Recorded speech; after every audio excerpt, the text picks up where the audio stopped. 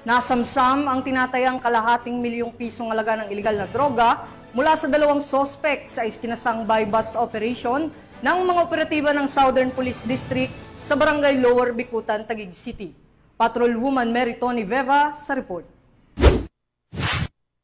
Kalahating milyong pisong halaga ng hinihinalang shabu ang nasamsam sa dalawang sospek matapos ikasa ng mga operatiba ng Southern Police District ang buy-bust operation sa Barangay New Lower Bicutan, Taguig City. Nitong May 16 lang, dakong alas 8 ng gabi, nahuli ang sospek na si Elias Ryan, 33 taong gulang, nakalista bilang street-level individual.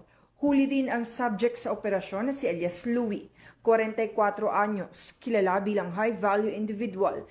Katuwang ng DDEU ang District Intelligence Division SPD at ang Station Drug Enforcement Unit Taguig City Police Station sa pagdakip sa dalawang suspect na ngayon ay nasa kustodiya na ng Taguig City Police Station para sa pagsampa ng kasong paglabag sa RA 9165. Sa operasyon, kuha kay Elias Ryan ang humigit kumulang 25 gramo ng hinihinalang shabu, habang 50 gramo naman ang nasabat kay Elias Louie. Kasama sa nakuha ang Android cellphone na pinaniniwala ang ginamit sa transaksyon, maliit na brown envelope at buy-bust money. Sa kabuuan, umabot sa 510,000 pesos halaga ang nasamsam sa dalawang sospek.